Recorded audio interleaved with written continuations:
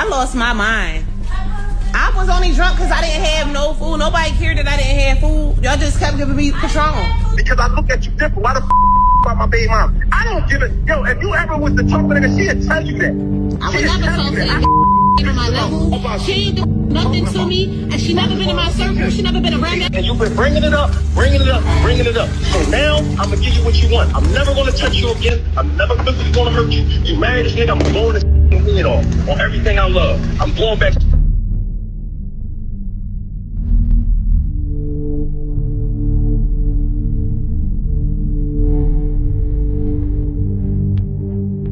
Know what you been through. You survived through the night, through the dark. A family in Philadelphia is desperately seeking justice for their loved one. It's been more than 2 years since someone shot and killed a 40-year-old mother. Investigators, along with the grieving family, hope you can help solve this case. October 7th, 2023. A mother takes her son for a haircut on a Saturday afternoon in North Philadelphia. Within minutes, she's dead on the barbershop floor. The shooter? The boy's own father. But here's what most people don't know. This wasn't a random act of violence.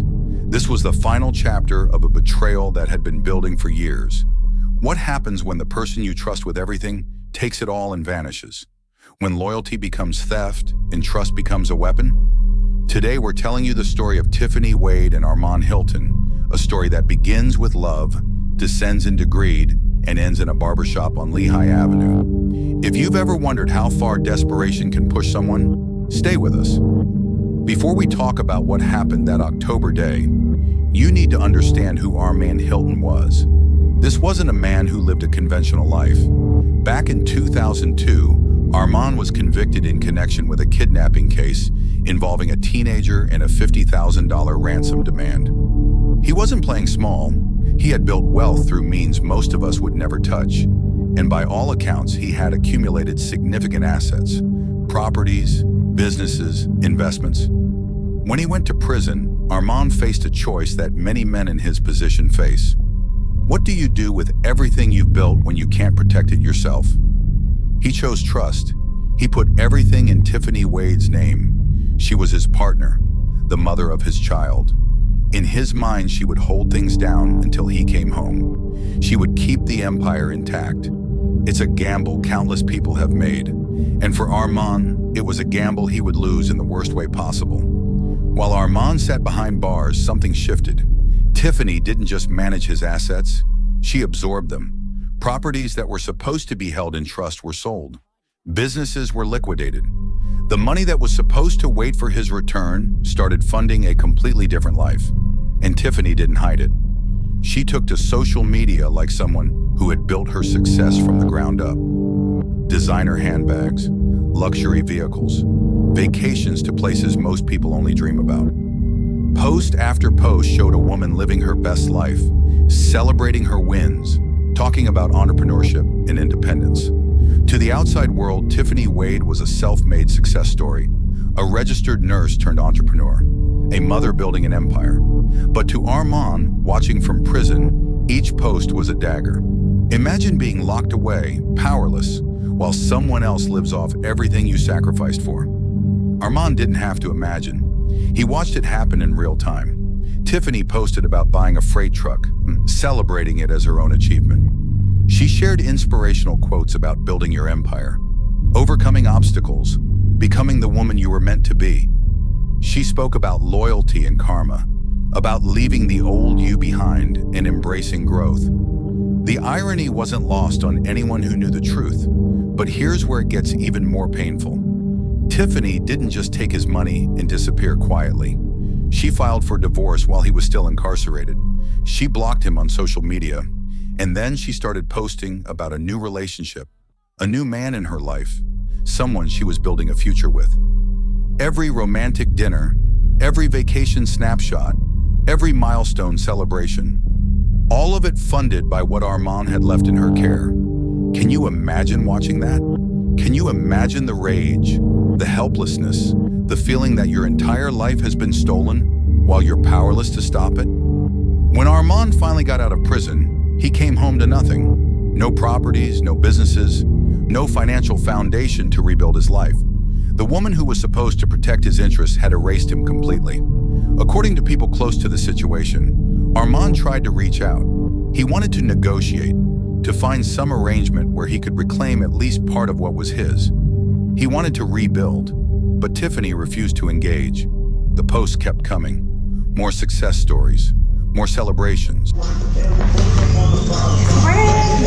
It's a wrap. She grew up to do many things. She went to college at the age of 17, became a registered nurse at 20. She's done hair. She sold edible candles. She sold t-shirts, business startups, tickets to events, Kisses open mic, Kisses pop-up shops, Kisses pool parties, networking events, TLC, Kisses Zooms, Kisses kitchen classes, Kisses boutiques. More proof that she had moved on and had no intention of looking back. For Armond, every post felt like mockery. Every image of her thriving was a reminder of his own devastation. And the people around him noticed the change. He became desperate, then obsessed, then dangerous. People who knew both Armond and Tiffany started noticing something alarming. Armond wasn't letting this go. Word spread through their circles. Friends tried to intervene, warning Tiffany that she was pushing a man who had absolutely nothing left to lose. They told her to give back what she could, to find some way to make peace before things escalated beyond repair. But Tiffany held firm. Maybe she felt justified. After all, she had raised their son, built businesses, created something from what he had left behind.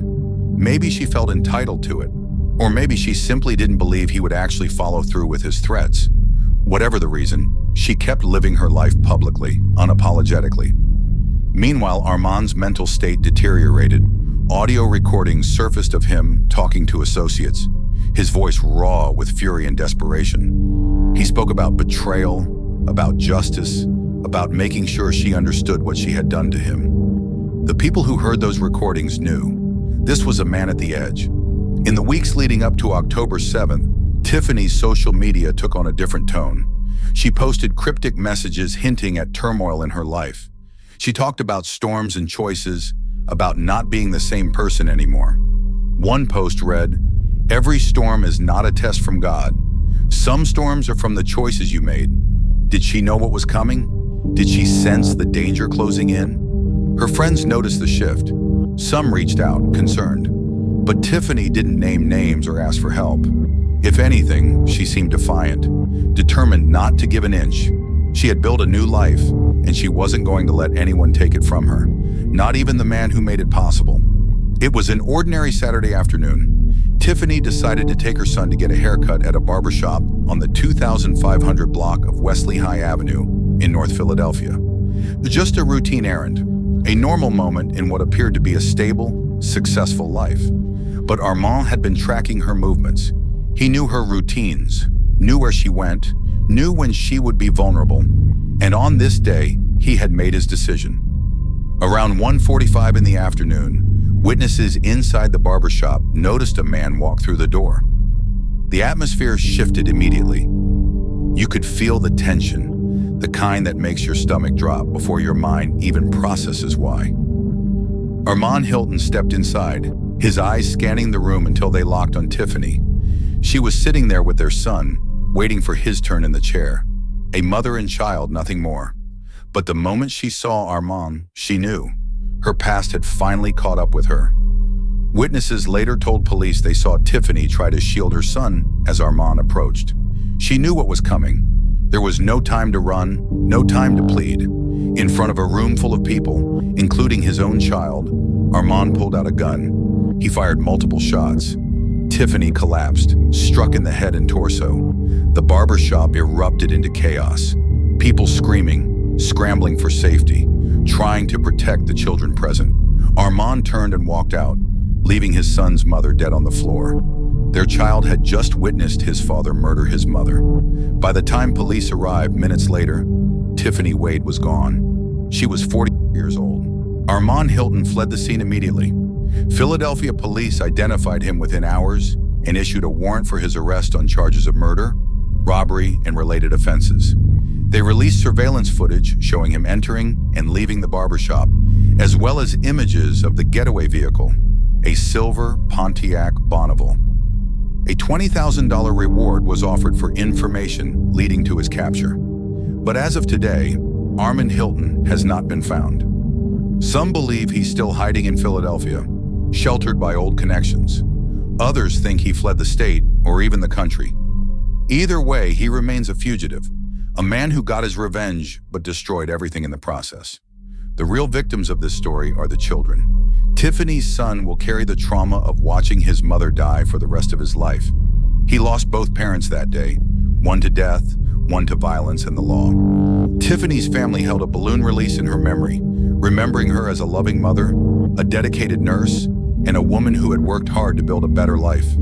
Her social media remains frozen in time. Those posts about success and empowerment, about building your empire and following your bliss, they're still there. Artifacts of a life that ended far too soon, and they serve as evidence of just how dangerous this game had become. This story doesn't have heroes. Armond Hilton built his wealth through crime, then trusted the wrong person with everything he had. Tiffany Wade took what wasn't fully hers and built a life on someone else's foundation, refusing to acknowledge the cost. Both made choices, both paid prices, but the heaviest price was paid by a child who lost his mother and will never have a relationship with his father. What can we learn from this tragedy? Maybe it's about the danger of betrayal, how taking everything from someone can push them past the point of reason. Maybe it's about recognizing when we're in danger and taking those warnings seriously instead of doubling down. Or maybe it's simpler than that. Greed and revenge are two forces that destroy everything they touch. Armond got his revenge, but he lost his freedom and his son. Tiffany built her empire, but she lost her life. Nobody won. If this story made you think, we'd appreciate a like and subscribe. These cases matter because they show us what happens when relationships break down in the most catastrophic ways. Have you ever ignored a warning sign that turned out to be serious? Let us know in the comments. And please, if you see someone in a dangerous situation, don't stay silent. Intervention might feel uncomfortable, but it could save a life. This is Caught in the Web True Crime Stories. Stay safe out there and watch out for our next video.